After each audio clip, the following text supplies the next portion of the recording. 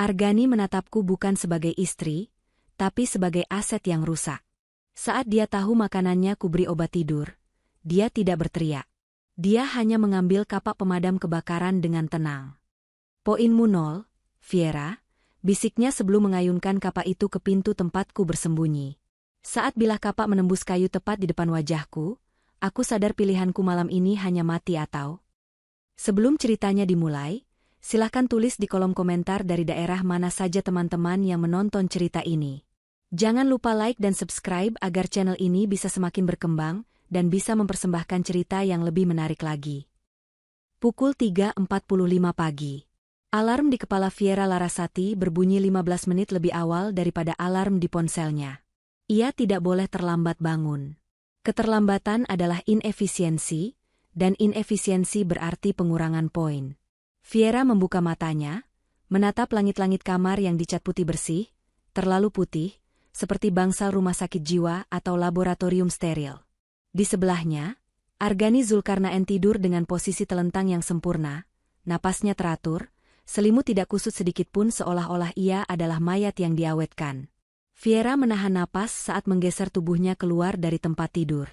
Lantai marmer yang dingin menyengat telapak kakinya yang telanjang, sebuah sensasi yang menyadarkannya bahwa mimpi buruknya adalah realitas. Ia berjalan jinjit menuju dapur. Rumah ini besar, bergaya minimalis modern dengan banyak kaca dan logam, namun bagi Fiera, ini adalah panoptikon. Tidak ada tempat untuk bersembunyi. Di dinding dapur, tepat di sebelah kulkas 2 pintu yang mengilap, terpasang sebuah tablet layar sentuh berukuran 12 inci. Itu adalah pusat semesta Fiera sekarang.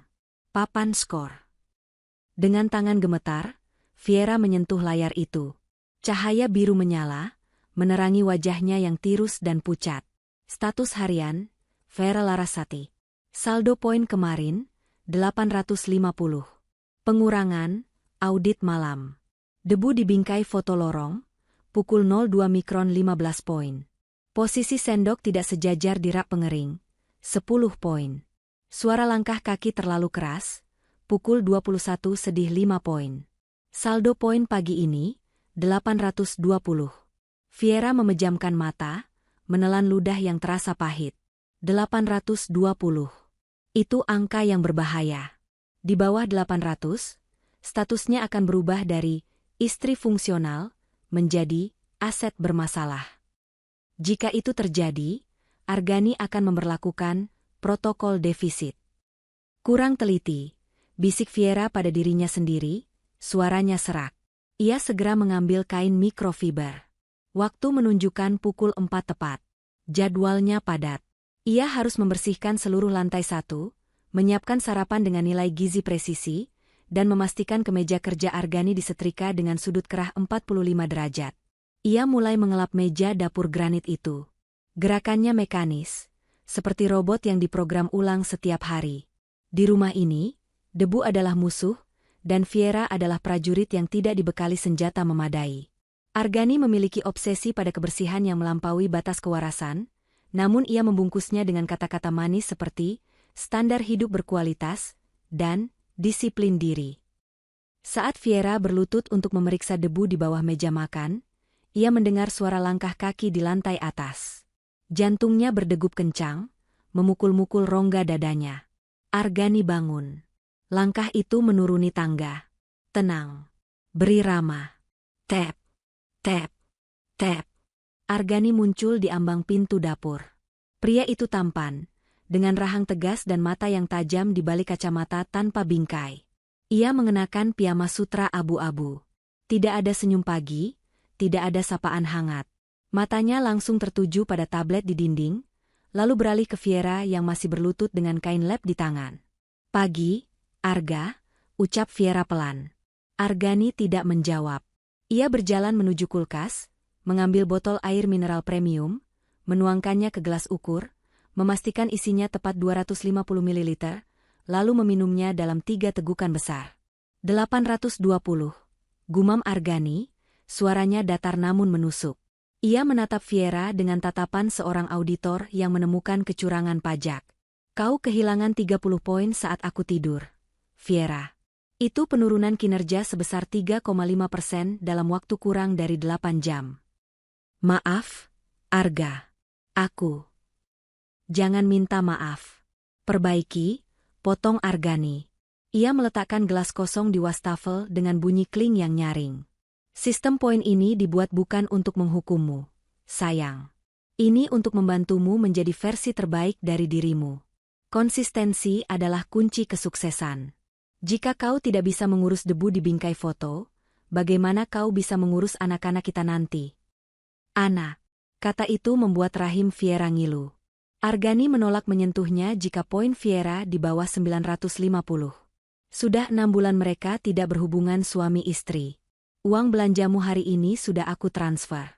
Sesuaikan menunya dengan anggaran yang tersedia berdasarkan performamu. Lanjut Argani sambil berjalan kembali ke kamar untuk mandi. Dan Viera, pastikan kopiku nanti bersuhu tepat 92 derajat Celcius. Kemarin kau menyajikannya di angka 89 derajat. Terlalu dingin. Itu tanda kemalasan. Viera mengangguk pada punggung suaminya. Setelah Argani hilang di balik tikungan tangga, Viera merosot di lantai dapur yang dingin. Ia melihat notifikasi di ponsel bututnya, satu-satunya alat komunikasi yang diizinkan, yang tentu saja disadap. Transfer masuk, Rp25.000. Rp25.000. Untuk makan 3 kali sehari, untuk 2 orang. Dan Argani mengharapkan hidangan setara restoran bintang 5. Air mata Viera menetes, tapi ia segera menyekanya. Menangis membuang waktu. Menangis tidak menghasilkan poin. Pasar tradisional berjarak 2 km dari kompleks perumahan elit mereka. Viera berjalan kaki. Argani melarangnya menggunakan mobil jika tujuannya hanya pasar.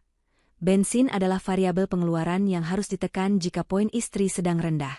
Panas matahari pagi mulai menyengat kulitnya, namun rasa lapar di perutnya lebih menyiksa. Terakhir kali ia makan layak adalah 2 hari lalu, itu pun hanya sisa roti yang tidak dimakan Argani. Di tangannya, Viera menggenggam erat uang Rp25.000 yang lecek. Otaknya berputar cepat, melakukan kalkulasi matematika yang mematikan. Beras, masih ada sisa setengah kilo di rumah. Cukup untuk hari ini. Protein, Argani harus makan daging atau ikan. Aku bisa makan kuah sayur. Sayuran, harus segar. Argani membenci sayuran layu. Viera berhenti di lapak Pak Mamat, penjual sayur langganannya. Pagi, Neng Viera. Tumben jalan kaki, sapa Pak Mamat ramah. Viera memaksakan senyum tipis. Iya, Pak. Hitung-hitung olahraga. Kebohongan itu meluncur lancar. Ia sudah terlatih berbohong untuk menutupi aib, keluarga sempurna, nya. Pak, saya mau bayam 1 ikat, tempe 1 papan, sama ada potongan ayam yang murah. Ayam lagi naik, Neng. Sekilo 35.000. Viera menelan ludah. Kalau ceker? Atau kepala? Pak Mamat menatapnya heran. Istri dari Argani Zulkarnaen, eksekutif muda yang kaya raya, menanyakan ceker ayam? Buat anjing peliharaannya, Neng? Viera mengangguk cepat. Iya, buat si Blacky. Mereka tidak punya anjing. Ada nih, sisaan tadi. Ambil aja 5.000 dapat banyak. Terima kasih, Pak. Viera akhirnya pulang dengan membawa seikat bayam, 1 papan tempe, ceker ayam, dan 2 butir telur. Total belanja, Rp22.000. Sisa Rp3.000 ia simpan baik-baik di saku celana dalamnya, satu-satunya tempat yang tidak akan digeledah Argani saat inspeksi dompet. Sesampainya di rumah, Viera langsung bekerja. Ia harus kreatif. Ceker ayam itu akan ia rebus untuk kaldunya, agar sop bayam terasa gurih seolah-olah menggunakan daging ayam asli. Telur akan didadar tipis untuk Argani. Tempe akan ia bacem. Untuk dirinya sendiri, Viera menatap sisa potongan bonggol bayam yang biasanya dibuang. Ia mencucinya bersih, lalu merebusnya dengan sedikit garam. Itulah makan siangnya. Saat memasak, perutnya berbunyi keras, sebuah protes dari organ tubuh yang diabaikan. Viera mengambil gelas, mengisinya dengan air keran, dan meminumnya sampai kembung. Ini adalah trik lama. Air menipu lambung, memberikan ilusi kenyang selama 20 menit sebelum rasa perih itu datang lagi. Tiba-tiba, tablet di dinding berbunyi. Bip. Notifikasi baru, pemotongan otomatis. Keterangan, tagihan listrik bulan lalu naik 2%. Indikasi pemborosan penggunaan oven. Poin dikurangi, 20. Viera mematung. Angkanya turun menjadi 800 pas. Ia berada di tepi jurang. Jika ia melakukan satu kesalahan kecil lagi, satu saja, ia akan jatuh ke zona merah di bawah 800. Dan di zona merah, hukumannya bukan lagi pemotongan uang belanja. Hukumannya adalah fisik. Tangan Viera gemetar saat mengaduk sop. Ketakutan itu bukan lagi abstrak. Ia mewujud menjadi monster yang mengintai di balik angka-angka digital. Argani telah mengubah pernikahan suci menjadi sistem akuntansi yang kejam, di mana Viera adalah neraca yang selalu defisit. Makan malam adalah ritual paling sakral di kediaman Zulkarnaen. Meja makan harus ditata dengan presisi militer. Sendok di kanan, garpu di kiri, serbet dilipat membentuk angsa origami, karena Argani menyukai estetika Jepang, dan gelas air berada tepat di ujung pisau. Pukul 19. Argani pulang kerja. Wajahnya lelah, namun matanya tetap tajam memeriksa sekeliling. Ia duduk di kursi kepala meja, melonggarkan dasinya sedikit. Viera menghidangkan makanan dengan gerakan hati-hati, menahan napas. Di piring Argani, nasi putih hangat, sop bayam dengan kuah bening yang harum, tempe bacem yang berkilau, dan dadar telur gulung. Di piring Viera, kosong. Duduk, perintah Argani.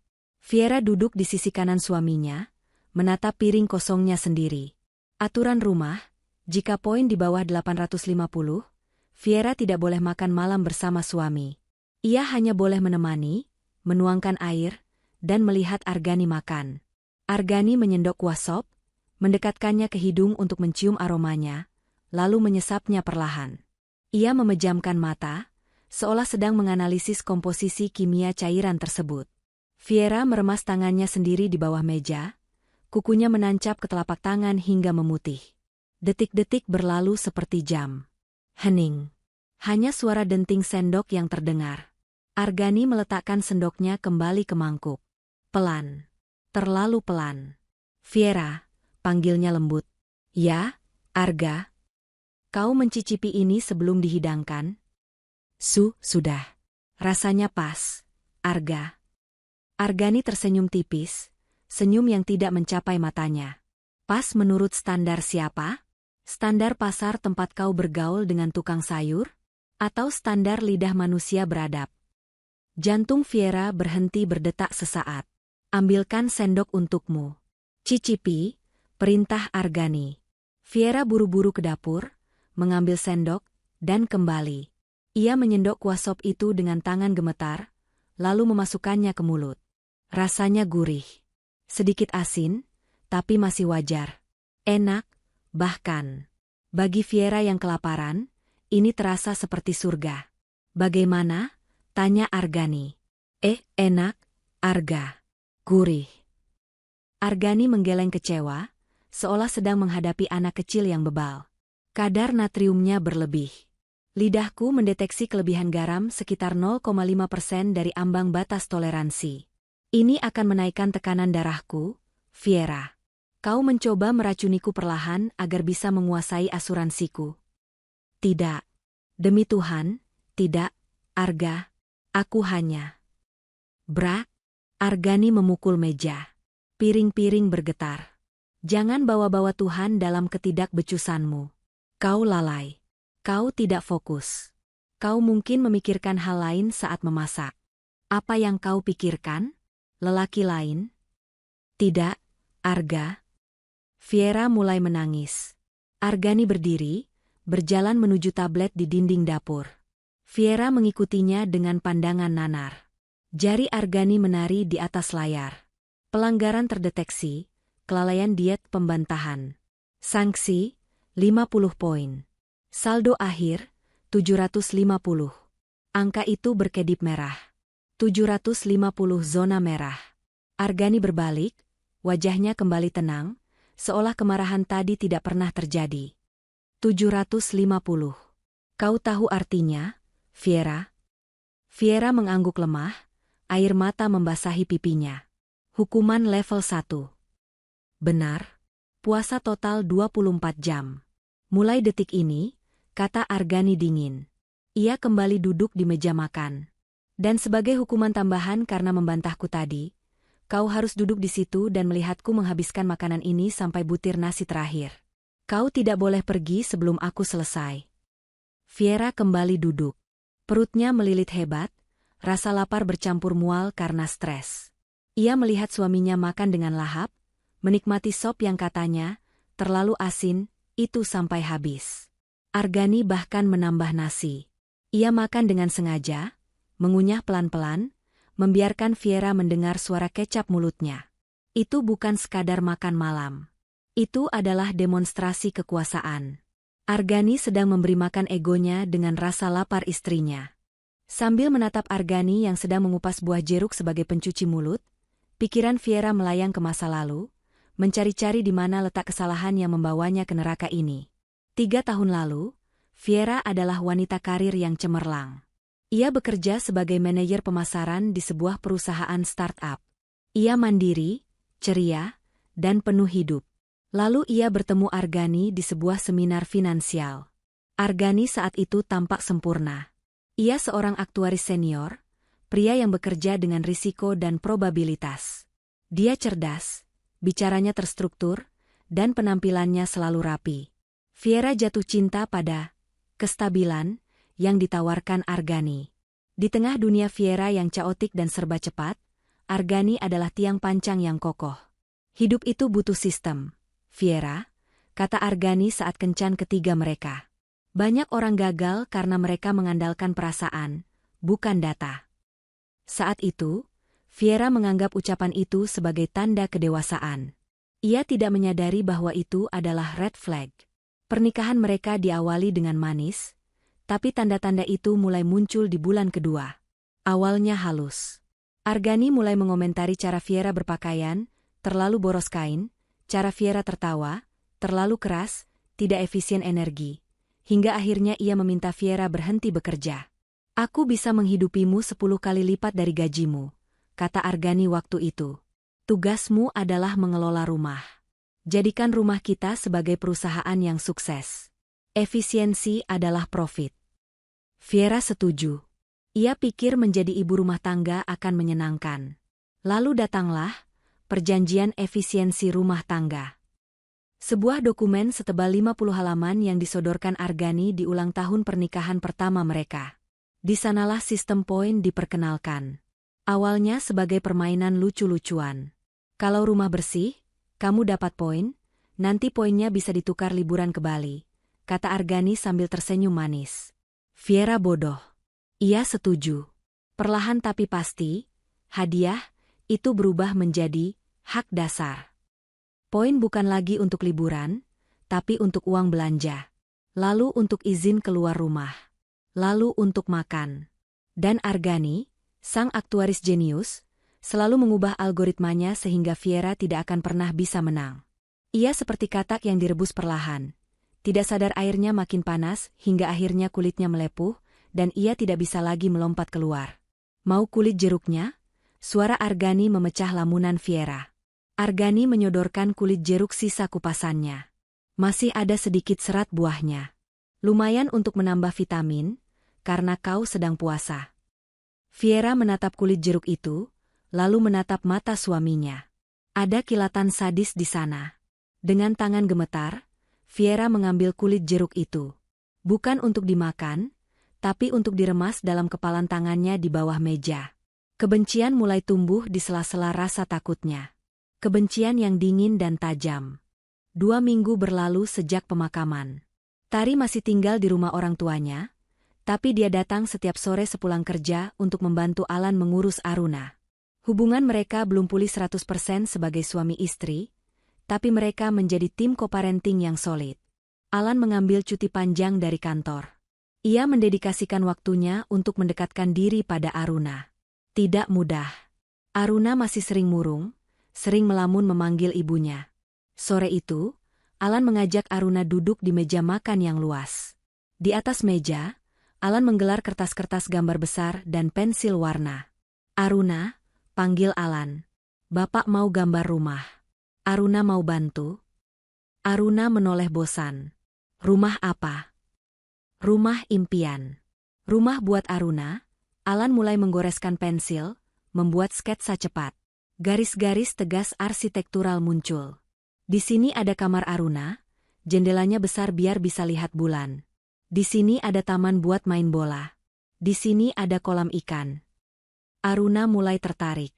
Dia memanjat kursi, melihat goresan tangan Alan. Ada perosotannya enggak? Tanya Aruna polos. Alan tersenyum lebar. Ada. Kita gambar perosotan di sini. Dari kamar lantai 2 langsung meluncur ke taman. Gimana? Mata Aruna berbinar. Wah, kayak di TV. Aruna mau gambar apa lagi? Gambar aja di sini. Alan memberikan pensil warna pada anaknya. Aruna mengambil pensil warna merah. Dengan gerakan kaku khas anak kecil, ia menggambar sosok lidi di depan gambar rumah megah itu. Satu sosok besar, satu sosok kecil. Ini siapa? Tanya Alan, menunjuk gambar lidi itu. Ini Aruna, tunjuknya pada sosok kecil. Lalu jarinya menunjuk sosok besar. Ini, Bapak. Jantung Alan berdesir. Kata itu keluar begitu natural, tanpa paksaan, tanpa rasa takut. Dan ini, Aruna menggambar satu sosok lagi di atas atap rumah, diberi sayap. Ini ibu. Ibu lihat dari atas. Alan menahan haru yang meledak di dadanya. Ia mengangkat Aruna ke pangkuannya. Kali ini, Aruna tidak menolak. Anak itu menyandarkan kepalanya di dada bidang Alan, mendengarkan detak jantung ayahnya. Bapak. Panggil Aruna pelan. Ya, nak? Jangan pergi lagi ya. Jangan kayak dulu. Alan memeluk tubuh mungil itu erat-erat, mencium aroma rambutnya yang wangi sampo stroberi.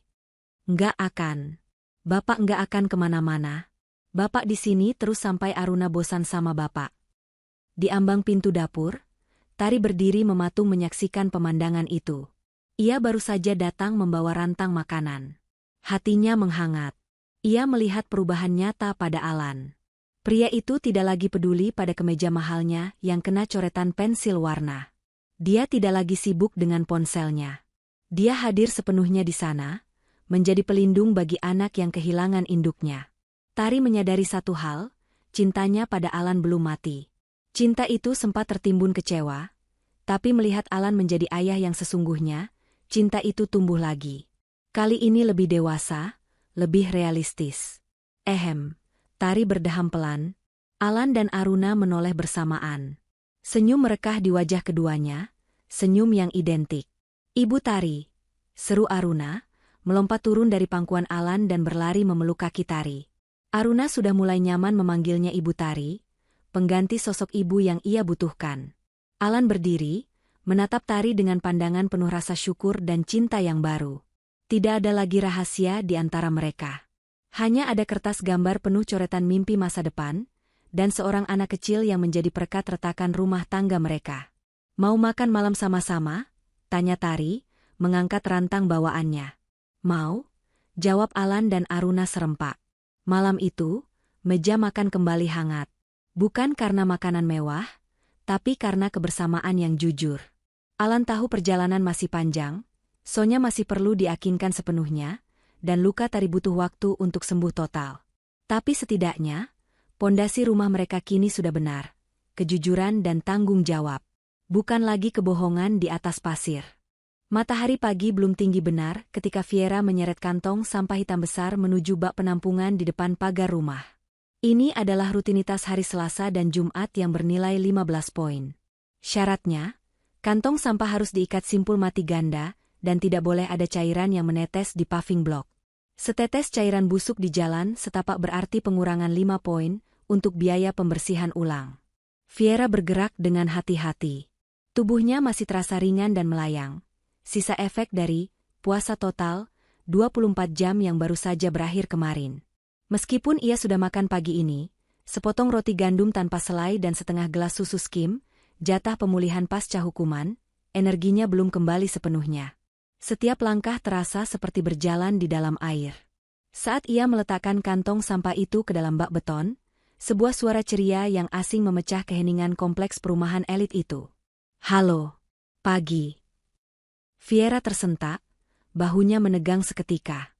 Ia menoleh perlahan, takut gerakan tiba-tiba akan tertangkap oleh sensor gerak di lampu teras. Di seberang pagar tanaman boxwood yang membatasi rumah mereka dengan rumah sebelah, berdiri seorang wanita.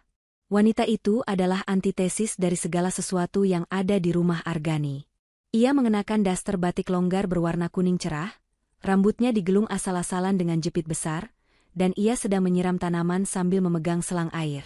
Wajahnya berkeringat, tapi senyumnya lebar dan hangat. "Pagi, Mbak. Saya Rumi, tetangga baru di sebelah. Baru pindahan 3 hari lalu," celoteh wanita itu, mengabaikan ketegangan di wajah Fiera. "Maaf ya kalau kemarin agak berisik pas angkat-angkat lemari." Fiera membeku. Protokol Argani tentang interaksi sosial sangat jelas. Berbicara dengan orang asing tanpa tujuan transaksional yang jelas, pemborosan waktu, 50 poin. Argani menyebutnya kontaminasi sosial. Tetangga seringkali membawa gosip, pinjaman barang, atau standar hidup yang tidak efisien. "Selamat pagi," jawab Fiera, suaranya nyaris tak terdengar. Ia memaksakan sudut bibirnya naik sedikit, sebuah senyum sopan yang diprogram untuk mengakhiri percakapan secepat mungkin. "Wah, Mbak ini yang namanya Bu Argani ya? Pak Argani yang kerja di perusahaan asuransi itu, kan? Suami saya kenal lo, katanya orangnya pintar banget." Rumi terus nyerocos sambil mematikan keran air. Ia berjalan mendekat ke pagar pembatas yang hanya setinggi dada orang dewasa. Mata Rumi yang jeli menyapu sosok Fiera. Dari kejauhan, Fiera mungkin terlihat seperti istri orang kaya yang elegan dengan gaun rumah berbahan linen. Namun dari jarak sedekat ini, Rumi bisa melihat detail yang mengganggu, tulang pipi yang terlalu menonjol, lingkaran hitam di bawah mata yang tidak bisa ditutupi bedak tipis, dan cara Fiera memegang lengan kirinya sendiri, gestur defensif yang umum pada orang yang sering merasa terancam. "Saya Fiera," koreksi Fiera pelan. Ia melirik jam tangan digital murah yang dipinjamkan Argani untuk memantau durasi tugas. Ia sudah di luar selama 3 menit. Batas waktu membuang sampah adalah 4 menit. "Maaf, Bu Rumi, saya harus kembali ke dalam. Ada masakan di kompor." Buru-buru amat? Mbak Fiera, itu tangannya kenapa?" tanya Rumi tiba-tiba, menunjuk pergelangan tangan Fiera yang terekspos saat lengan bajunya tersingkap sedikit. Ada bekas lebam ungu kehijauan di sana, bekas cengkeraman Argani saat menyeretnya keluar dari dapur minggu lalu, karena Fiera menjatuhkan garpu. Fiera buru-buru menarik lengan bajunya. Jantungnya berpacu liar. Kejedot pintu. "Biasa, kurang hati-hati. Mari, Bu." Fiera berbalik dan berjalan cepat, hampir berlari kecil, kembali ke dalam benteng dinginnya. Di balik punggungnya, Rumi tidak kembali menyiram tanaman. Wanita itu berdiri diam di balik pagar, menatap punggung Fiera yang kurus dengan kening berkerut. Rumi adalah seorang mantan jurnalis investigasi yang berhenti bekerja untuk fokus program hamil, dan instingnya mencium bau busuk yang bukan berasal dari kantong sampah. Bau ketakutan. Di dalam rumah, Fiera bersandar pada pintu yang tertutup, napasnya memburu. Ia menatap tablet di dinding lorong. Deteksi durasi tugas luar. Waktu aktual, 4 menit 12 detik. Target, 4 menit 0 detik. Status, over limit, inefisiensi ringan. Sanksi, peringatan, kuning. Hanya peringatan. Fiera menghela napas lega. Tapi pertemuan dengan Rumi meninggalkan jejak lain. Tatapan Rumi tadi bukan tatapan menghakimi yang biasa Fiera terima dari teman-teman kerja Argani. Itu adalah tatapan khawatir. Sudah lama sekali tidak ada yang menatap Fiera dengan rasa khawatir murni. Itu membuat retakan kecil di dinding isolasi yang dibangun Argani. Fiera menyadari betapa ia merindukan interaksi manusia yang normal, yang tidak diukur dengan poin atau desibel suara. Hari Kamis adalah jadwal deep cleaning ruang kerja Argani. Ini adalah tugas dengan risiko tinggi dan imbalan tinggi. Nilainya 200 poin jika sempurna, tapi bisa berakibat fatal jika ada satu dokumen saja yang berubah posisi. Ruang kerja Argani adalah tempat suci. Lantainya dilapisi karpet tebal yang meredam suara, dindingnya dipenuhi rak buku yang disusun berdasarkan warna dan tinggi buku. Di tengah ruangan, meja mahoni besar mendominasi. Viera masuk dengan membawa perlengkapan pembersih khusus. Kuas halus untuk debu di sela-sela keyboard, kain mikrofiber antistatis untuk layar monitor, dan cairan pembersih kayu beraroma cendana. Argani sedang di kantor, jadi Viera memiliki waktu 2 jam sebelum CCTV di ruangan ini aktif kembali. Argani mematikannya dari jauh saat jadwal pembersihan agar Viera tidak merasa diawasi. Sebuah kebohongan manipulatif lainnya, karena Viera tahu audio tetap menyala. Saat Viera membersihkan laci terbawah meja kerja, laci yang biasanya terkunci, ia menyadari kuncinya tergantung lemah di lubangnya. Argani lupa mencabutnya.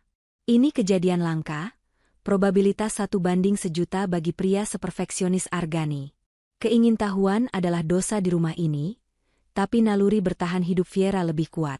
Dengan tangan gemetar yang dibungkus sarung tangan karet, ia memutar kunci itu. Klik. Laci terbuka. Di dalamnya tidak ada tumpukan uang atau perhiasan. Hanya ada satu buku catatan tebal bersampul kulit hitam. Buku itu terlihat tua, jauh lebih tua dari usia pernikahan mereka. Viera membukanya. Halaman pertama bertuliskan, Project Alpha, Elina, 2015 hingga 2018. Elina. Nama mantan tunangan Argani yang katanya meninggal karena kecelakaan mobil. Viera membalik halaman demi halaman. Matanya membelalak ngeri. Ini bukan buku harian. Ini adalah log data. Sama persis dengan sistem poin yang dialami Viera, tapi ditulis manual dengan tulisan tangan Argani yang rapi dan kecil-kecil. 12 Februari 2016, subjek Elina menunjukkan resistensi pada pengurangan jatah karbohidrat. Sanksi level 2 diterapkan. 15 Maret 2017, berat badan Elina mencapai target ideal 45 kg. Estetika meningkat, namun stamina menurun. Perlu penyesuaian asupan suplemen agar tetap bisa bekerja optimal di rumah. 20 Agustus 2018, subjek mengalami gangguan histeria. Mengancam akan melapor ke orang tua. Isolasi total 72 jam diperlukan untuk reset mental. Dan halaman terakhir, tertanggal 10 September 2018. Tulisannya ditebalkan dengan tinta merah. Final entry, subjek gagal beradaptasi. Tingkat kerusakan mental mencapai 90%. Metode koreksi tidak lagi efektif. Subjek mengakhiri partisipasi secara mandiri, melompat dari balkon apartemen. Evaluasi. Kegagalan sistem karena terlalu banyak variabel emosi. Untuk subjek berikutnya, Project Beta, sistem harus didigitalkan dan dibuat lebih impersonal untuk mengurangi keterikatan emosional auditor. Viera menutup mulutnya menahan jeritan. Elina tidak kecelakaan mobil. Elina bunuh diri. Dan Argani, dia tidak merasa sedih. Dia menganggap kematian Elina sebagai kegagalan sistem dan pembelajaran untuk menciptakan sistem yang lebih baik bagi Viera. Viera adalah Project Beta. Tubuh Viera menggigil hebat. Selama ini ia berpikir Argani hanya suami yang keras dan obsesif. Ia berpikir jika ia bisa menjadi istri yang sempurna, Argani akan berubah kembali menjadi pria manis yang ia kenal dulu. Tapi buku ini membuktikan sebaliknya. Argani adalah sosiopat. Dia tidak melihat Viera sebagai manusia, melainkan sebagai tikus laboratorium dalam eksperimen seumur hidupnya tentang kontrol dan efisiensi. Viera menutup buku itu cepat-cepat, mengunci laci kembali, dan memastikan posisi kunci sama persis seperti semula, miring 15 derajat ke kiri. Ia melanjutkan membersihkan debu dengan air mata mengalir dalam diam. Penemuan ini mengubah segalanya. Rasa takut Viera berubah bentuk. Jika sebelumnya ia takut dihukum, sekarang ia takut mati. Ia tahu, jika ia tidak keluar dari rumah ini, nasibnya hanya ada dua. Menjadi robot kosong tanpa jiwa, atau menjadi entry terakhir di buku catatan Argani sebagai subjek yang diterminasi. Pengetahuan adalah kekuatan, bahkan di dalam penjara. Sejak menemukan buku hitam, Viera tidak lagi memandang Argani sebagai dewa yang maha tahu.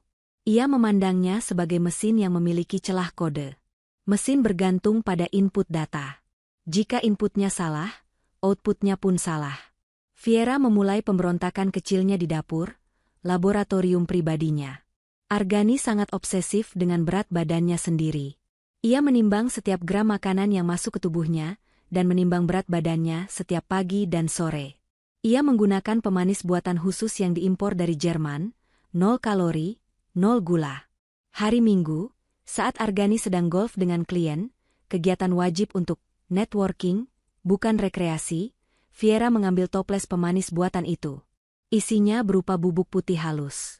Ia mengambil toples gula pasir biasa. Ia menumbuk gula pasir itu hingga menjadi bubuk yang sangat halus, hampir menyerupai tekstur pemanis buatan Argani. Lalu, ia melakukan mixing. 80% pemanis buatan, 20% gula pasir asli.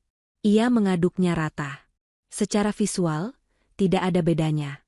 Secara rasa, gula pasir sedikit lebih manis, tapi karena Argani mencampurnya dengan kopi pahit robusta, perbedaannya akan tersamar. Senin pagi, Argani duduk sarapan. Fiera menyajikan kopi hitam. Ia berdiri di samping meja dengan tangan di belakang punggung, jantungnya berdebar kencang. Ini adalah pertaruhan nyawa. Jika Argani sadar, Fiera habis. Argani menyesap kopinya. Ia diam sejenak, mengecap-ngecap lidahnya. Kopinya. Argani menggantung kalimatnya. Fiera menahan napas. Kenapa, Arga? Apa suhunya salah? Tidak. Suhunya pas. Argani menyesap lagi. Rasanya lebih bold dari biasanya. Kau mengganti merek biji kopinya? Tidak.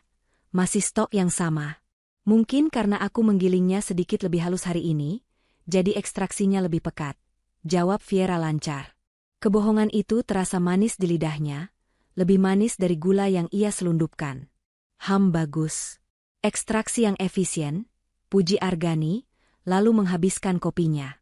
Fiera tersenyum dalam hati. Pujian itu adalah kemenangan pertamanya. Seminggu kemudian, efeknya mulai terlihat. Timbangan digital Argani menunjukkan kenaikan berat badan 0,8 kg. Bagi orang normal, itu fluktuasi biasa. Bagi Argani, itu bencana. Bagaimana bisa naik? Gumam Argani frustrasi, berdiri di atas timbangan dengan hanya memakai celana dalam. Kalori masuk dan keluar sudah dihitung presisi. Defisit 300 kalori per hari. Seharusnya turun 0,3 kg minggu ini. Kenapa malah naik? Ia menatap Fiera dengan tatapan menuduh. Kau memasukkan minyak ke dalam saladku? Tidak, Arga. Aku merebus semuanya sesuai sop. Jawab Fiera dengan wajah polos yang sempurna. Mungkin metabolisme kamu melambat karena faktor usia? Atau stres pekerjaan menaikkan kortisol yang memicu retensi air? Argani terdiam. Argumen Fiera menggunakan istilah medis yang logis. Ego Argani tersentil. Ia tidak mau mengakui dia menua atau stres. Mustahil. Aku akan tambah durasi treadmill 20 menit setiap hari. Fiera mengangguk patuh. Baik, aku siapkan handuknya. Saat Argani berlari di atas treadmill dengan napas memburu, menyiksa dirinya sendiri untuk membakar kalori hantu yang diciptakan Fiera, Fiera merasakan kepuasan yang gelap. Argani pikir dia mengendalikan segalanya, tapi Fiera baru saja membuktikan bahwa persepsi Argani bisa dimanipulasi. Jika dia bisa menipu lidah dan timbangan Argani, dia bisa menipu hal lain. 2 minggu berlalu. Poin Fiera berfluktuasi di angka 880. Aman dari hukuman fisik, tapi masih jauh dari zona bonus. Uang belanja masih dijatah pas-pasan. Rasa lapar adalah teman tidur Fiera yang setia. Siang itu, Fiera sedang menjemur pakaian di halaman samping. Area ini adalah blind spot kecil. CCTV utama mengarah ke gerbang depan dan pintu belakang, tapi area jemuran di samping tembok pembatas dengan rumah Rumi sedikit terhalang oleh pohon mangga tetangga yang rimbun. PSSD. Fiera menoleh. Di atas tembok pembatas, muncul kepala Rumi. Kali ini Rumi memakai topi lebar dan kacamata hitam, terlihat konyol seperti mata-mata amatir. Mbak Fiera. Sini bentar, bisik Rumi. Fiera celingukan, memastikan tidak ada drone atau sensor yang aktif. Ia mendekat ke tembok. Jangan keras-keras, Bu Rumi. Panggil Rumi aja. Mbak, aku perhatiin seminggu ini kamu jemur baju jam segini terus. Dan aku perhatiin muka kamu makin pucat, bisik Rumi cepat. Tiba-tiba tangannya menyodorkan sebuah rantang plastik berwarna hijau lewat atas tembok. Nih, ambil cepet. Apa ini? Bubur ayam. Spesial. Udah aku dinginin dikit biar bisa langsung dimakan cepet-cepet. Nggak ada racunnya kok. Suamiku aja abis 2 mangkok. Viera ragu. Menerima makanan dari orang lain adalah pelanggaran berat. Pasal 4 ayat 2, Kemandirian Pangan Keluarga. Sanksinya minus 100 poin. Tapi aroma bubur itu menembus lubang hidung Viera. Aroma bawang goreng, kuah kuning yang kaya rempah, dan seledri segar. Perut Viera berbunyi, begitu keras hingga mungkin bisa didengar Rumi. Ambil aja, Mbak. Nggak ada yang lihat. Aku jagain dari sini, desak Rumi, matanya penuh simpati yang tulus.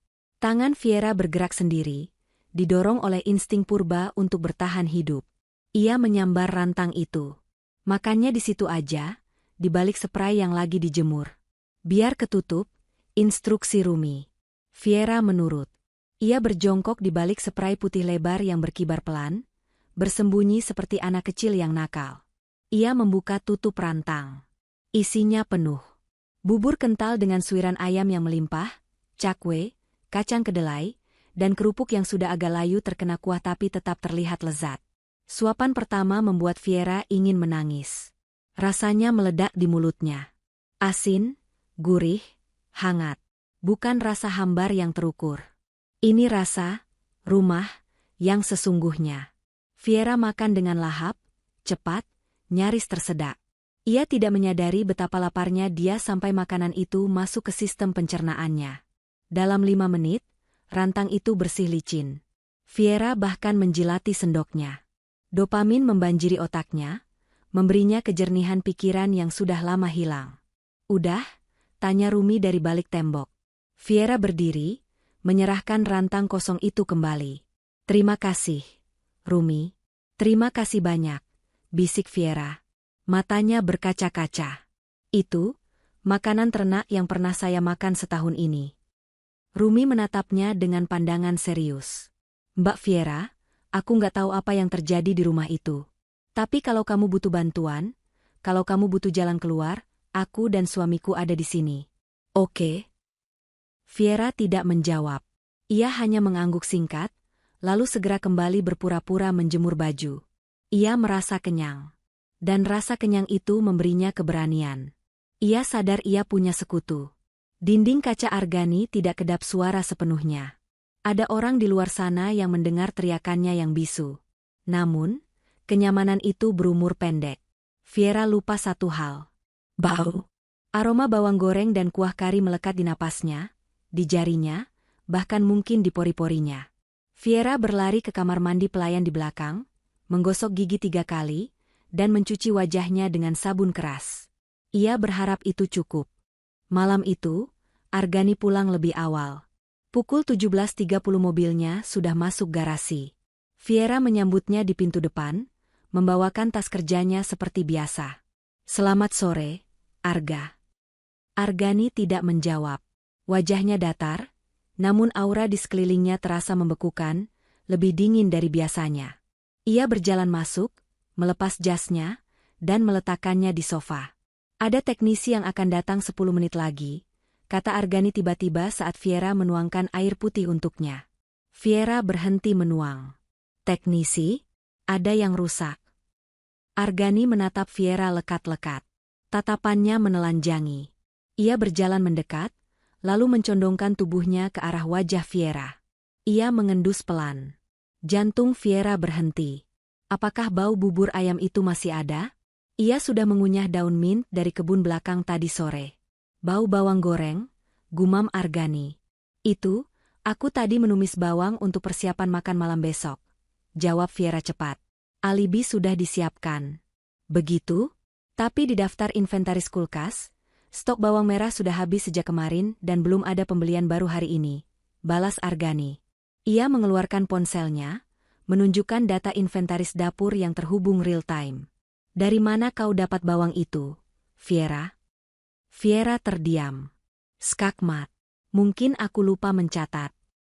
Kau tidak pernah lupa mencatat. Kau dilatih untuk tidak lupa, potong Argani. Dan ada lonjakan aktivitas jantungmu pukul 11.15 siang tadi, terdeteksi oleh smartwatch yang kau pakai.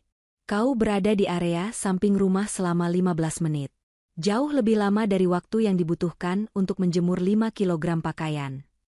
Viera lupa bahwa jam tangan digital murahan itu juga memiliki sensor detak jantung yang datanya dikirim ke Argani. Ia merasa telanjang. Tidak ada privasi. Tubuhnya sendiri mengkhianatinya. Bel pintu berbunyi. "Ah, itu mereka," kata Argani tenang, seolah tidak sedang menginterogasi istrinya. Ia membuka pintu. 2 orang pria berseragam biru masuk membawa koper peralatan dan beberapa kotak kardus bertuliskan Secure Eye 4K, Total Surveillance System. Pasang di setiap titik buta, perintah Argani pada teknisi itu. Area jemuran samping, lorong belakang, gudang, dan pasang 1 unit fisheye di tengah plafon dapur untuk pandangan 360 derajat. Saya juga mau sensor suara dengan sensitivitas tinggi. Viera memucat. "Arga, untuk apa semua ini? Kita tinggal di kompleks aman." Argani berbalik menatap Viera, tersenyum tipis. "Keamanan eksternal bukan isunya, sayang. Isunya adalah keamanan internal. Loss prevention. Mencegah kebocoran aset dan pelanggaran protokol." Ia mendekatkan bibirnya ke telinga Viera, berbisik dengan nada yang membuat bulu kuduk Viera berdiri. "Kau pikir aku tidak tahu kau berinteraksi dengan tetangga barumu itu? Aku melihat bayangan di tembok dari pantulan kaca jendela lantai 2. Mulai sekarang, tidak ada lagi sudut gelap. Tidak ada lagi rahasia. Jika kau ke toilet pun, kau harus menekan tombol check-in di pintu agar durasimu tercatat." Argani menegakkan tubuhnya, lalu mengumumkan hukuman dengan nada formal layaknya hakim membacakan vonis. "Atas pelanggaran kejujuran dan interaksi ilegal, poinmu direset menjadi 0. Statusmu turun menjadi masa percobaan ketat. Akses keluar rumah dicabut total. Pintu pagar akan dikunci dengan smart lock yang hanya bisa dibuka dengan sidik jariku." Viera mundur selangkah, kakinya lemas. 0 poin. Penjara rumah. Dan sekarang, mata lensa kamera akan mengikutinya kemanapun ia pergi. Rumah ini bukan lagi sekadar penjara, ini adalah akuarium. Dan Viera adalah ikan yang sedang ditonton perlahan-lahan kehabisan oksigen. Saat para teknisi mulai mengebor dinding untuk memasang kamera, suara bor itu terdengar seperti suara paku yang dipalu ke peti mati Viera. Tapi di tengah keputusasaan itu, Viera teringat rasa bubur ayam tadi siang. Rasa kebebasan yang sesaat. Dia tidak bisa mundur lagi. Argani sudah mendeklarasikan perang total. Viera menatap punggung suaminya dengan tatapan baru. Tatapan seseorang yang tidak lagi memiliki apa-apa untuk dipertaruhkan. Jika Argani ingin mengawasinya 24 jam, baiklah. Viera akan memberikan pertunjukan. Pertunjukan tentang bagaimana seorang istri yang sempurna menghancurkan suaminya dari dalam, tepat di depan kamera. Rumah itu kini bukan lagi sekadar bangunan, melainkan organisme hidup yang memiliki ribuan mata dan telinga. Secure Eye 4K yang dipasang Argani bekerja tanpa lelah.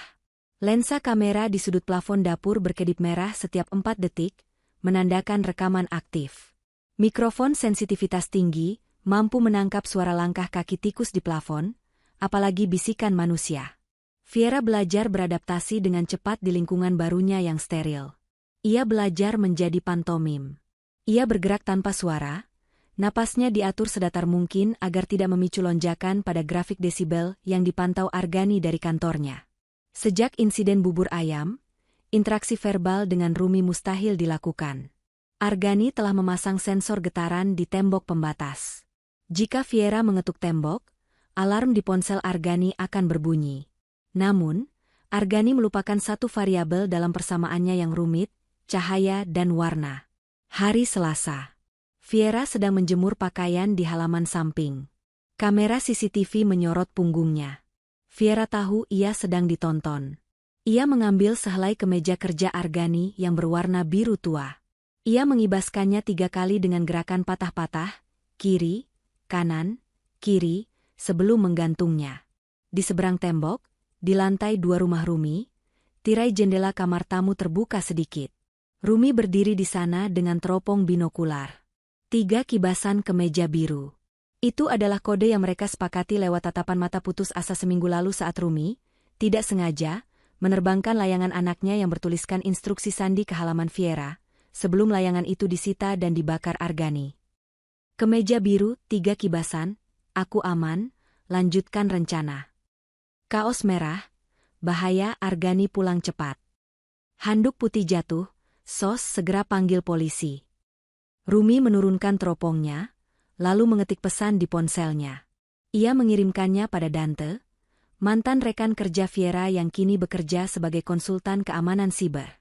Rumi, subjek aman. Dia siap untuk tahap ekstraksi data. Kapan drone siap? Dante, malam ini. Jam 2 saat siklus server CCTV melakukan backup otomatis. Ada jeda 30 detik di mana sistem buta. Fiera harus ada di posisi. Di halaman, Fiera menyelesaikan tugas menjemurnya dengan presisi robotik. Wajahnya datar, namun otaknya bekerja keras menghafal pola rotasi kamera fisheye di atas kepalanya. Kamera itu berputar 360 derajat setiap 60 detik. Ada blind spot selebar 15 derajat tepat di bawah unit AC outdoor. Itu celah sempit, tapi cukup untuk menyembunyikan sebuah benda kecil. Malam harinya, Argani pulang dengan suasana hati yang stabil. Poin Fiera merangkak naik ke angka 50 dari posisi 0. Lantai ruang tamu bersih. Tidak ada residu debu, komentar Argani sambil memeriksa grafik kualitas udara di tabletnya. Bagus. Kau mulai mengerti esensi dari kepatuhan, Fiera. Terima kasih, Arga, jawab Fiera monoton. Sebagai insentif, aku membuka akses air panas untuk mandimu malam ini. Durasi 5 menit, kata Argani, seolah ia adalah dewa yang bermurah hati memberikan hujan. Kau sangat baik, kata Fiera. Di dalam hatinya, ia membayangkan menyiram wajah Argani dengan air mendidih. Tapi wajahnya tetap tunduk, patuh, sempurna. Argani tersenyum puas. Ia tidak tahu bahwa di balik topeng kepatuhan itu, Fiera sedang menghitung mundur menuju pukul 2 pagi. Pukul 1.55 pagi. Fiera bangun. Ia tidak menyalakan lampu. Ia hafal letak setiap furnitur di rumah ini hingga ke milimeternya. Ia merayap di lantai, menghindari sensor gerak yang dipasang setinggi pinggang. Jika ia merayap seperti komando militer, sensor itu tidak akan mendeteksi pergerakannya. Ia menuju pintu belakang yang mengarah ke area servis. Kunci pintu itu sekarang menggunakan biometric fingerprint milik Argani. Fiera tidak bisa membukanya. Namun, ada jendela ventilasi kecil di atas pintu, cukup tinggi dan sempit, yang biasanya dibiarkan terbuka sedikit untuk sirkulasi udara mesin cuci. Fiera menumpuk keranjang cucian dengan hati-hati agar tidak menimbulkan suara. Ia memanjat. Pukul 1.59. Di luar sana, langit gelap gulita.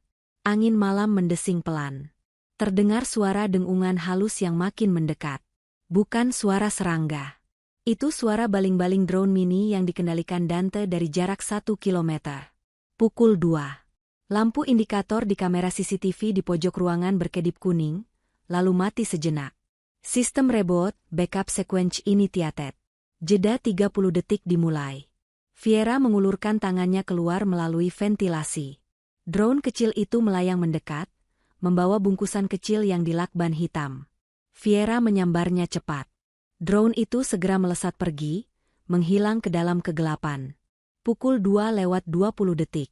Kamera kembali menyala hijau. Fiera sudah kembali berbaring di lantai, meringkuk di balik mesin cuci, memeluk bungkusan itu di dadanya. Jantungnya berdetak begitu kencang hingga rasanya sakit. Setelah menunggu 10 menit untuk memastikan tidak ada alarm yang berbunyi, Fiera merayap kembali ke kamarnya, lalu masuk ke dalam selimut di sebelah Argani yang masih tertidur pulas. Di bawah selimut, dengan hati-hati, Fiera meraba isi bungkusan itu. Sebuah ponsel pintar tipis, model lama yang sudah dirut agar tidak terlacak sinyalnya oleh scanner standar, 1 strip obat tidur dosis tinggi, Zolpidem, dan uang tunai 5 juta rupiah dalam pecahan 100.000. Fiera menyembunyikan paket itu di dalam jahitan kasur spring bed di sisi yang ditidurinya. Ia telah merobek sedikit kain pelapis kasur bagian bawah sehari, sebelumnya menggunakan kikir kuku. Keesokan harinya, misi pengumpulan bukti dimulai. Saat Argani mandi, 15 menit durasi tetap, Viera mengeluarkan ponsel barunya. Ia tidak menyalakannya untuk menelepon. Ia menggunakannya untuk memotret. Ia memotret lebam di pahanya yang mulai menguning. Ia memotret tabel, papan skor, di dapur yang menunjukkan pengurangan poin irasional. Ia merekam suara Argani saat memarahinya karena masalah sepele. Kau menyebut ini potongan wortel dadu, Viera? Ini persegi panjang. Ukurannya tidak simetris. Kau merusak estetika sop, teriak Argani dalam rekaman itu. Minus 20 poin. Kau makan nasi sisa kemarin. Setiap foto dan rekaman itu disimpan di memori ponsel tersembunyi. Viera tahu, di pengadilan nanti, Argani akan tampil sebagai pria santun dan berpendidikan. Viera butuh data mentah untuk menghancurkan citra itu. Argani menyukai data, maka Viera akan memberinya data tentang kekejamannya sendiri. Rabu sore. Argani pulang membawa tas belanja bermerek. Ini aneh. Argani jarang membeli barang fisik kecuali itu kebutuhan operasional rumah tangga. Ia meletakkan tas itu di meja makan. Viera sedang mengelap meja. Buka, perintah Argani. Viera membuka tas itu. Isinya sebuah gaun malam berwarna merah marun yang indah, berbahan sutra halus, lengkap dengan sepatu hak tinggi yang serasi. Ada makan malam gala dari Asosiasi Aktuaris Lusa nanti, kata Argani. Aku membawamu. Sebagai trofi. Pastikan kau terlihat bahagia. Poinmu sudah 150, cukup untuk mendapatkan izin keluar bersyarat. Viera merasakan secercah harapan. Keluar rumah? Ini kesempatan untuk kabur. Ia bisa berteriak minta tolong di tengah pesta, atau lari saat di parkiran. Terima kasih, Arga. Gaunnya indah sekali, kata Viera, mencoba terdengar antusias. Argani menatapnya tajam. Tapi sebelum itu, aku perlu memastikan satu hal. Loyalitas. Argani mengeluarkan dompetnya. Ia mengambil kartu kredit Black Card dan segepok uang tunai, mungkin sekitar 10 juta rupiah. Ia meletakkannya di atas meja, tepat di sebelah kunci mobil cadangan yang selama ini disembunyikan. Aku harus mandi. Aku lupa mengunci pintu depan. Tolong kuncikan nanti setelah kau selesai menata meja, kata Argani santai. Ia berbalik dan berjalan menuju kamar mandi. Pintu depan tidak dikunci. Kunci mobil ada di meja.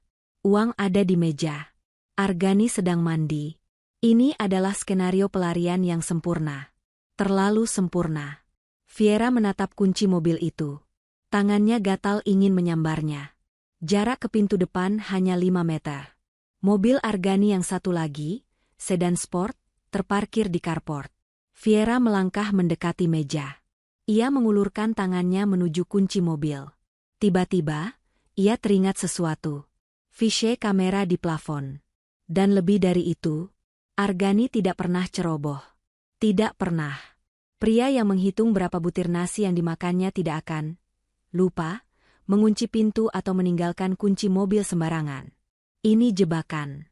Viera menarik tangannya kembali. Ia mengambil kain lap, lalu dengan tenang mengelap meja di sekitar uang dan kunci mobil itu, seolah benda-benda itu hanyalah vas bunga yang tidak berharga. Ia tidak memindahkannya. Ia tidak menyentuhnya.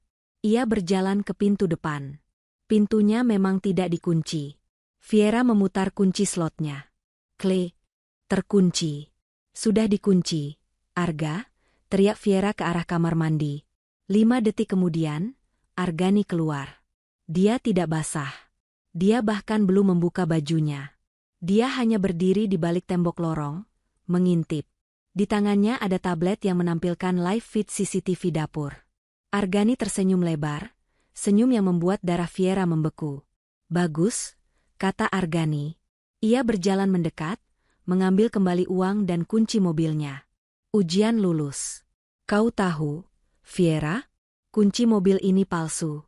Dan jika kau tadi mencoba menyalakan mesin mobil di depan, sistem keamanan akan otomatis mengunci seluruh pintu mobil dari luar dan alarm akan berbunyi ke pos satpam.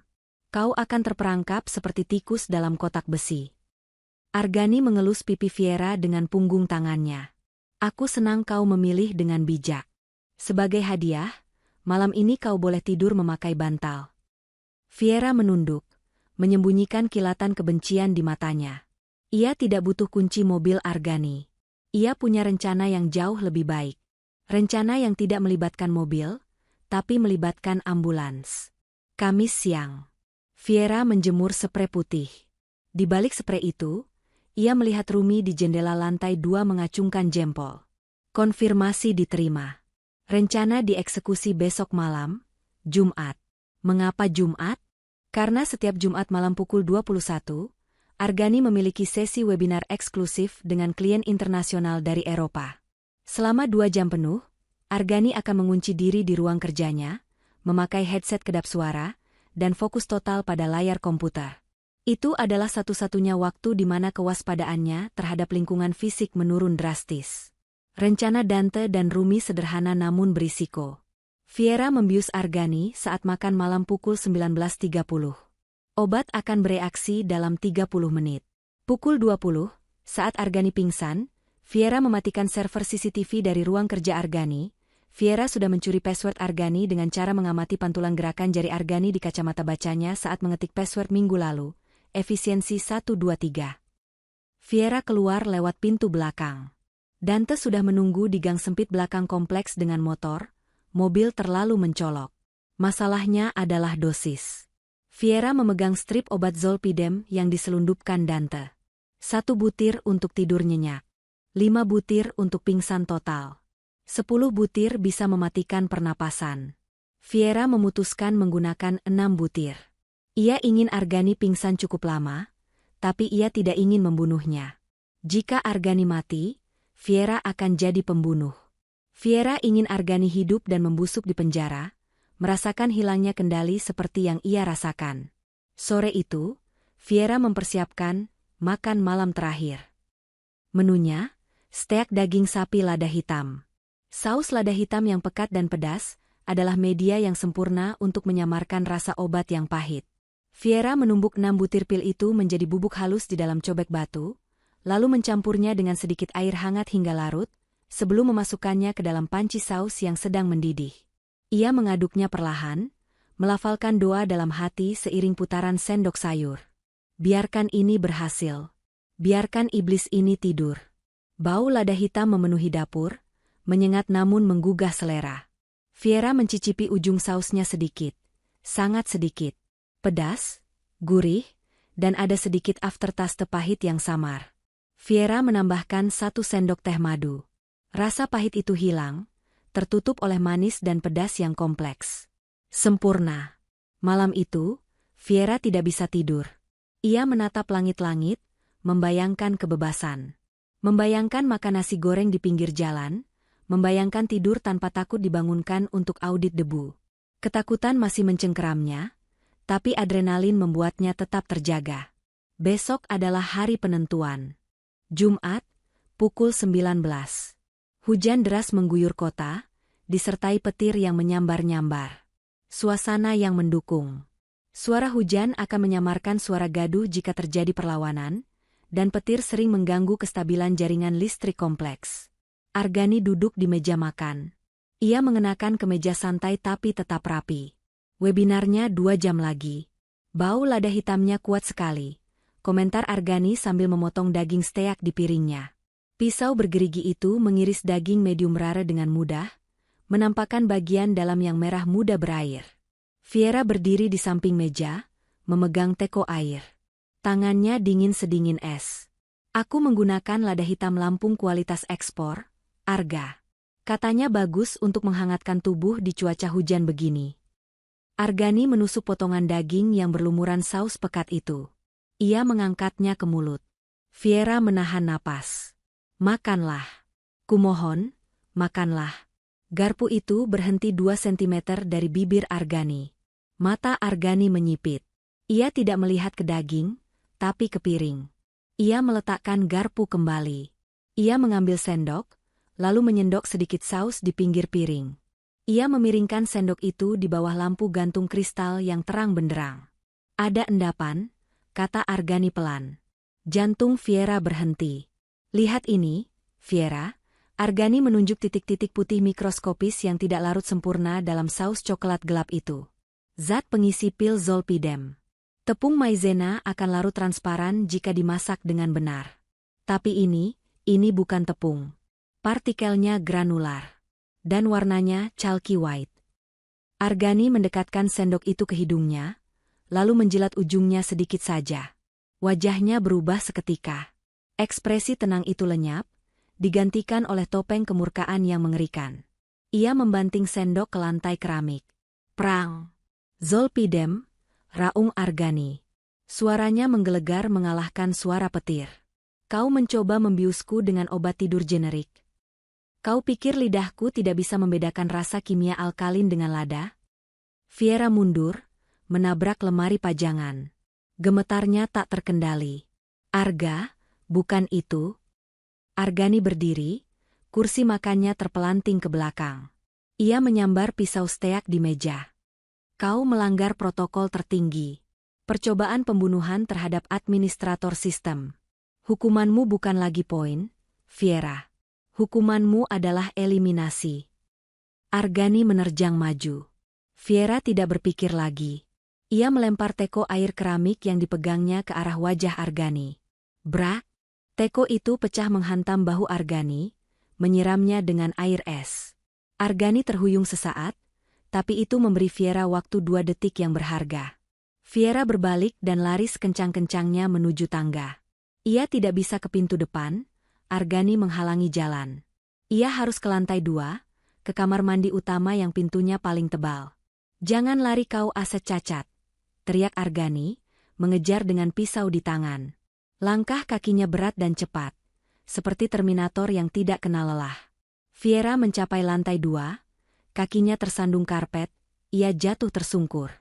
Ia merangkak, bangkit lagi, dan membanting pintu kamar mandi tepat saat ujung pisau Argani menancap di kayu pintu. Klik, klik. Fiera mengunci pintu itu dengan 2 slot manual yang ada. Di luar, Argani menggedor pintu. Buka. Kau tidak bisa sembunyi. Sistem keamanan rumah ini dikendalikan dari ponselku. Aku akan mematikan oksigen di ruangan itu kalau perlu. Fiera mundur menjauhi pintu, napasnya tersengal-sengal. Ia melihat ponsel rahasianya. Tidak ada sinyal di dalam kamar mandi berlapis marmer tebal ini. Tiba-tiba, gedoran berhenti. Hening. Hanya suara hujan yang terdengar. Keheningan itu jauh lebih menakutkan daripada teriakan Argani. Apa yang dia lakukan? Apakah dia mengambil kunci cadangan? Tidak. Fiera mendengar suara seretan logam berat di lantai lorong. Suara yang menyayat telinga. Shred, shred. Argani tidak mengambil kunci. Dia pergi ke ruang penyimpanan darurat di ujung lorong. Dia mengambil kapak pemadam kebakaran yang dipajang dalam kotak kaca, barang koleksi antik yang selalu dibanggakannya tajam. Duar, pintu kamar mandi bergetar hebat. Bilah kapak menembus kayu eboni yang tebal itu, menciptakan celah vertikal. Melalui celah itu, Fiera bisa melihat satu mata Argani yang melotot. Pupilnya melebar penuh kegilaan. Sistem. Ucap Argani dengan napas terengah, sedang melakukan hard reset pada subjek. Fiera menjerit. Ia terjebak. Jendela kamar mandi ini ada di lantai 2, tanpa balkon. Di bawahnya adalah paving blok beton. Pintu didobrak dengan kapak. Ponsel tidak ada sinyal. Rencana dan tegagal. Rumi tidak bisa mendengar karena hujan badai. Fiera sendirian. Ia menatap jendela kaca besar di belakangnya. Kaca itu tebal, tempered glass. Susah dipecahkan. Tapi itu satu-satunya jalan keluar. Mati jatuh dari lantai 2, atau mati dicincang suami sendiri. Fiera mengambil tabung pemadam api ringan, APAR, kecil yang ada di sudut kamar mandi. Ia tidak menggunakannya untuk memadamkan api. Ia akan menggunakannya untuk memecahkan dinding kaca penjara ini. Duar. Hantaman ketiga kapak pemadam kebakaran itu merobek kayu eboni pintu kamar mandi hingga terbelah 2. Serpihan kayu tajam berhamburan ke lantai marmer. Melalui celah menganga itu, tangan Argani yang terbungkus kemeja mahal, kini basah oleh keringat dan air hujan. Masuk, meraba-raba mencari kunci slot bagian dalam. Tidak ada gunanya, Fiera. Suara Argani terdengar tenang, namun ketenangannya justru lebih mengerikan daripada teriakannya tadi. Kau hanya menunda kalkulasi akhir. Semakin lama kau melawan, semakin besar defisit yang harus kau bayar. Fiera berdiri membelakangi pintu, terpojok di dinding kaca tempret yang menghadap ke halaman belakang.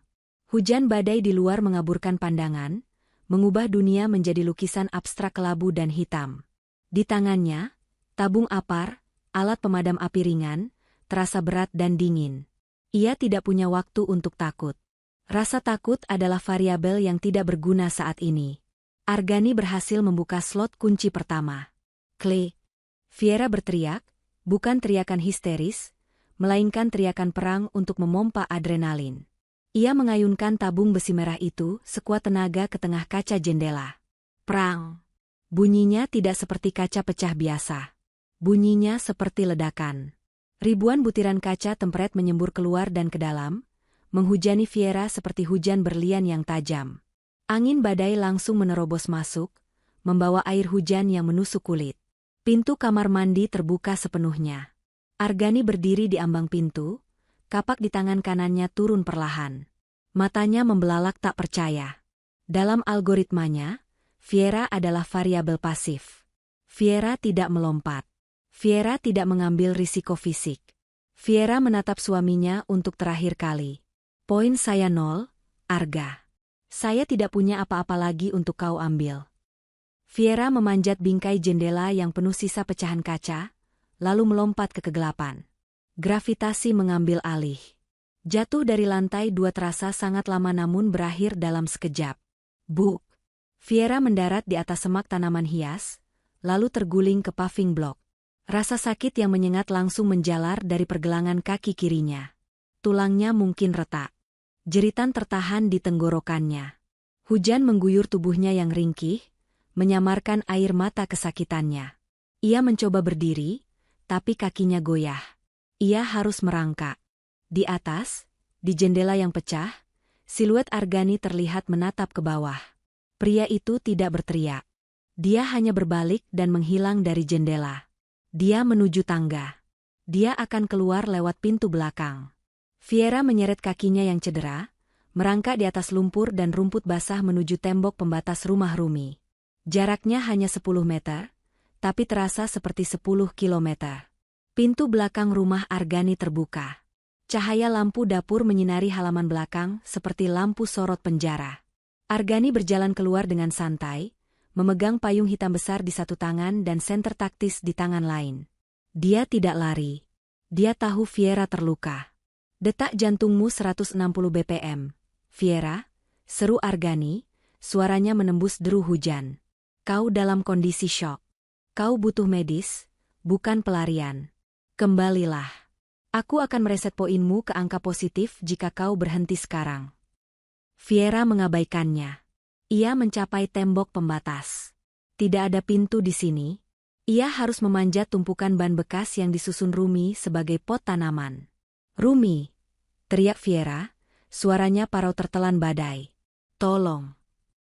Argani semakin dekat. Cahaya senternya menyapu punggung Fiera. Tiba-tiba, lampu sorot dari halaman sebelah menyala terang benderang, menyilaukan mata Argani. Di atas tembok, muncul sosok besar. Itu Pras, suami Rumi, seorang mantan atlet angkat besi. Di sebelahnya, Rumi berdiri memegang tongkat baseball. Naik, Mbak Fiera. Raih tanganku, teriak Pras. Fiera mengulurkan tangannya yang gemetar. Pras mencengkeram pergelangan tangan Fiera yang kurus dengan mudah, lalu menariknya ke atas tembok seolah Fiera seringan kapas. Argani berhenti tepat di bawah tembok. Wajahnya terkena cahaya lampu sorot, basah dan dingin. Ia menatap Pras dengan tatapan merendahkan. Itu istri saya, kata Argani datar. Dia sedang mengalami episode psikotik. Dia berbahaya bagi dirinya sendiri. Kembalikan dia. Pras berdiri tegap di atas tembok, melindungi Fiera di belakang punggungnya. Langkah 1 senti lagi ke properti saya, Pak Argani, dan saya akan patahkan tangan Bapak. Polisi sudah di jalan. Argani terdiam sejenak. Ia melihat Fiera yang menggigil di pelukan Rumi di seberang tembok.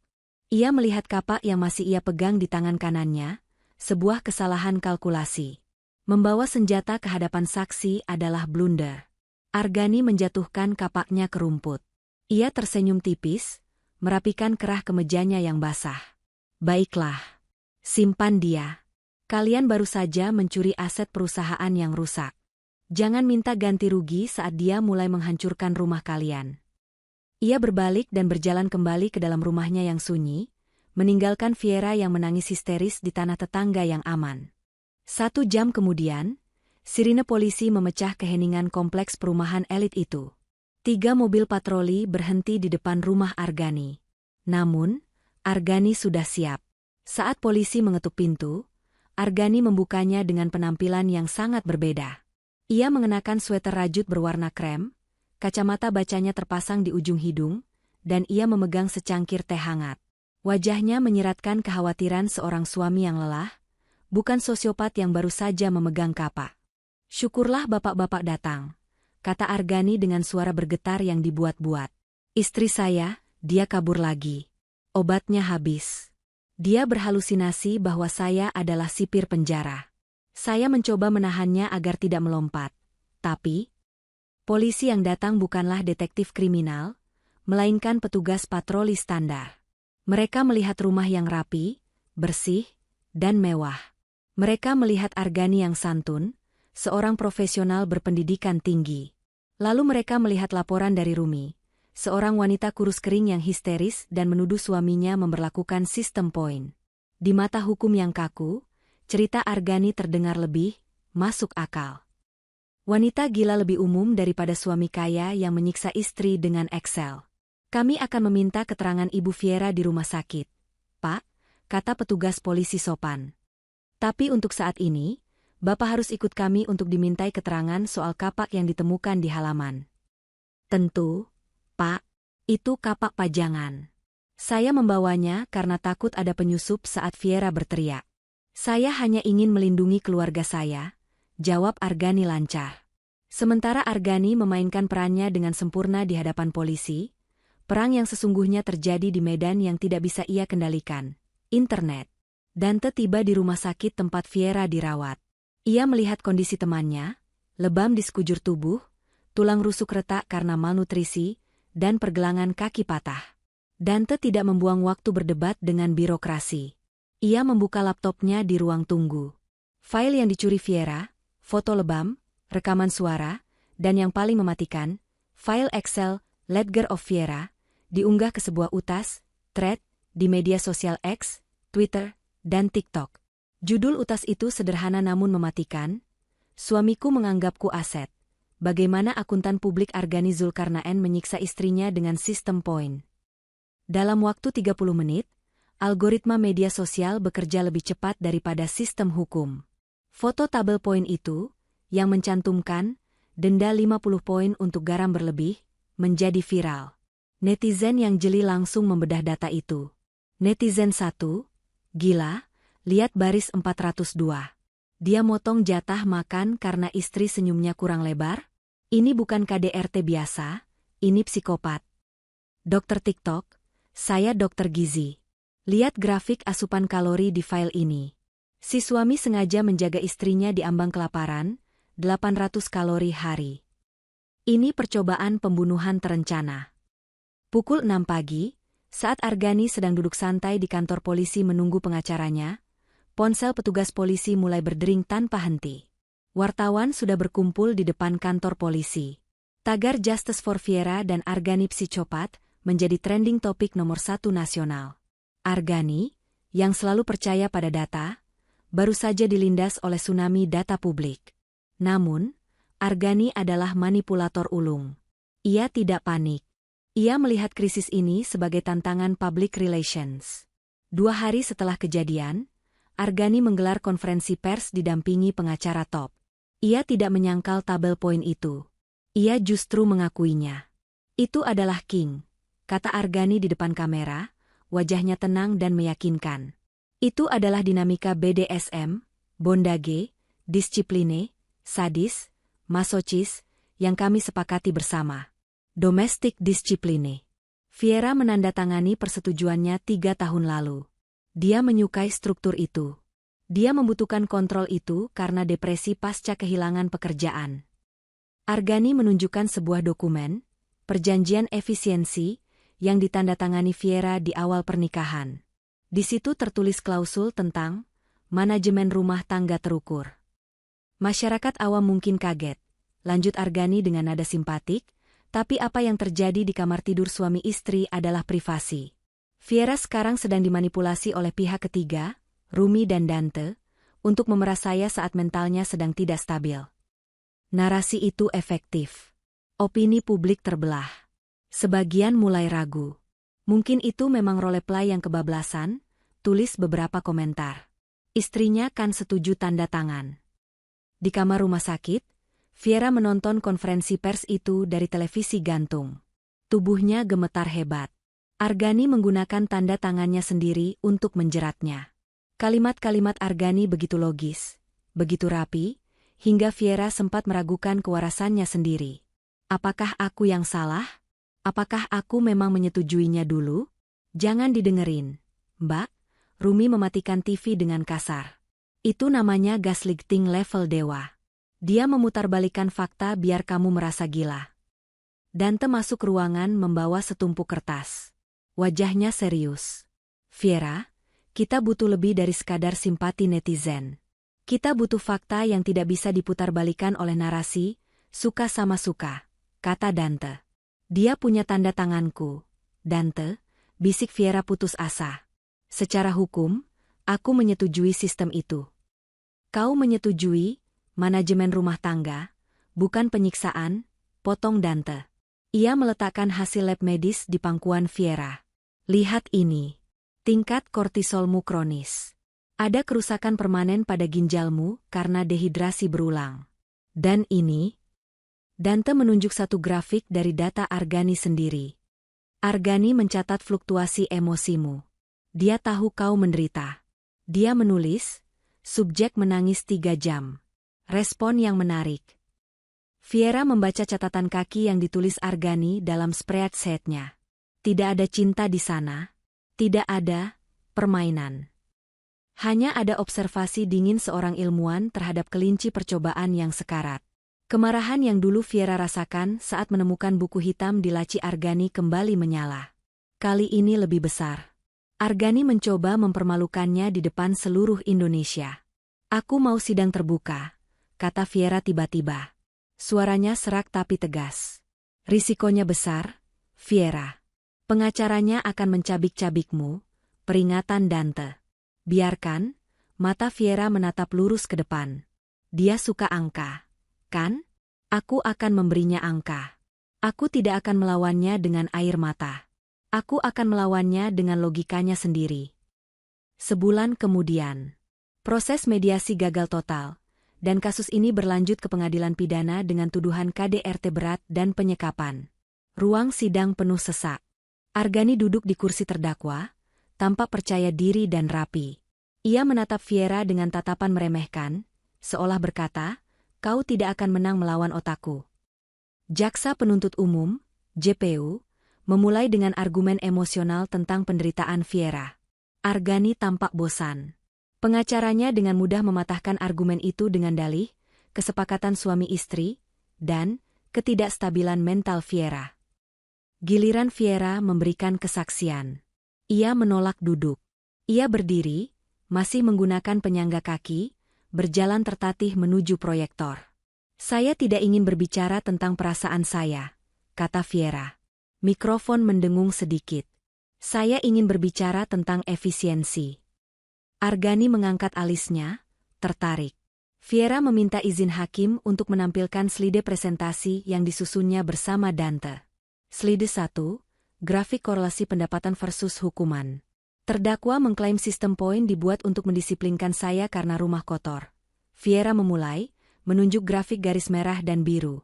Tapi data ini saya ambil dari server pribadi terdakwa. Garis merah adalah frekuensi hukuman pengurangan makan. Garis biru adalah performa saham portofolio pribadi terdakwa.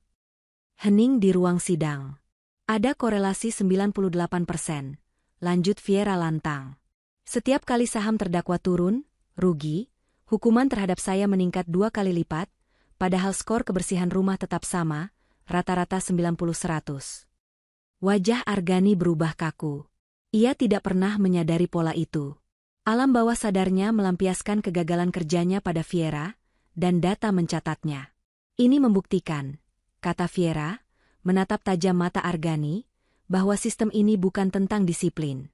Ini adalah mekanisme chopping emosional terdakwa. Terdakwa tidak bisa mengontrol pasar saham, jadi dia mengontrol lapar saya.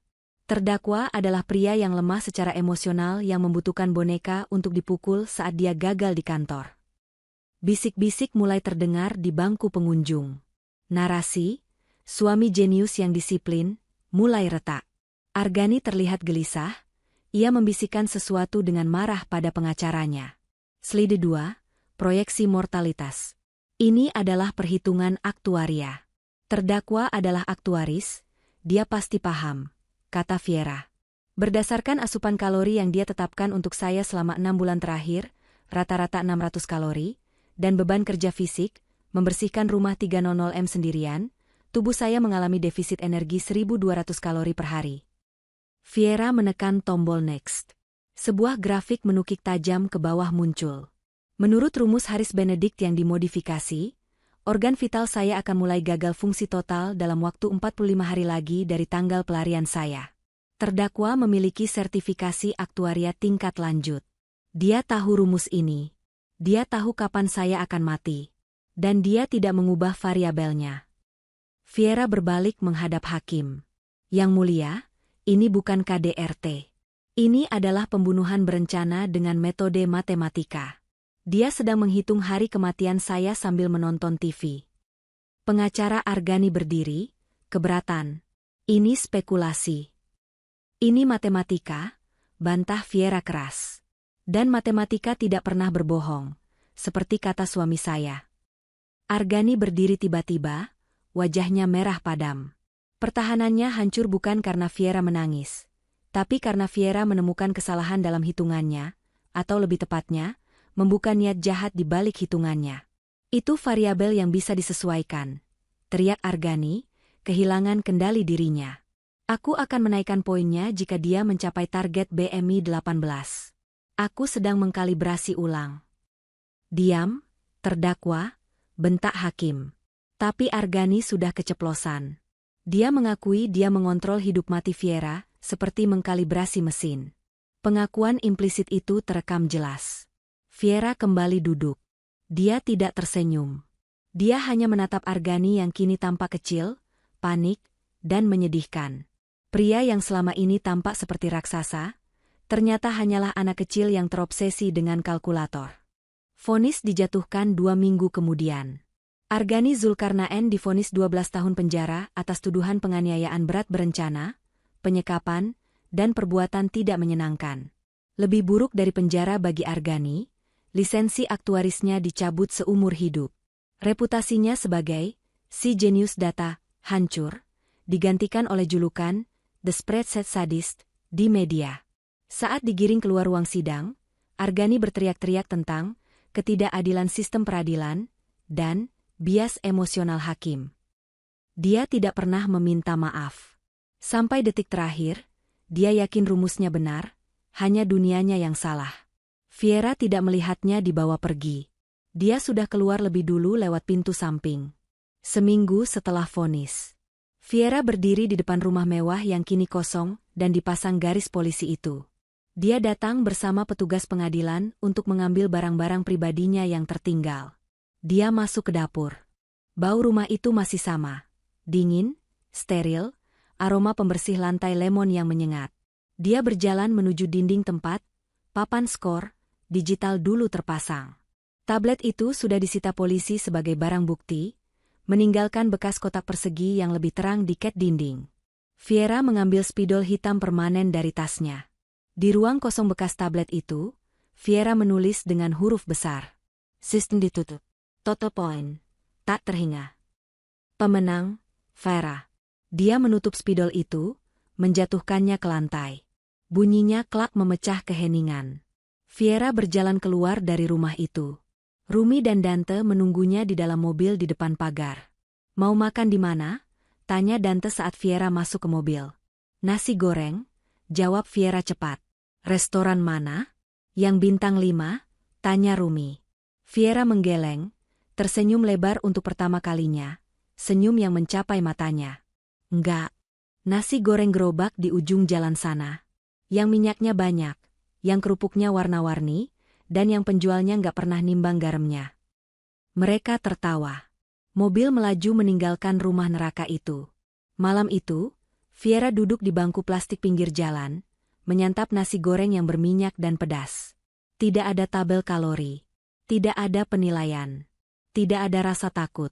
Setiap suapan adalah rasa kebebasan. Dan bagi Viera, rasanya jauh lebih nikmat daripada angka berapapun yang pernah diberikan Argani.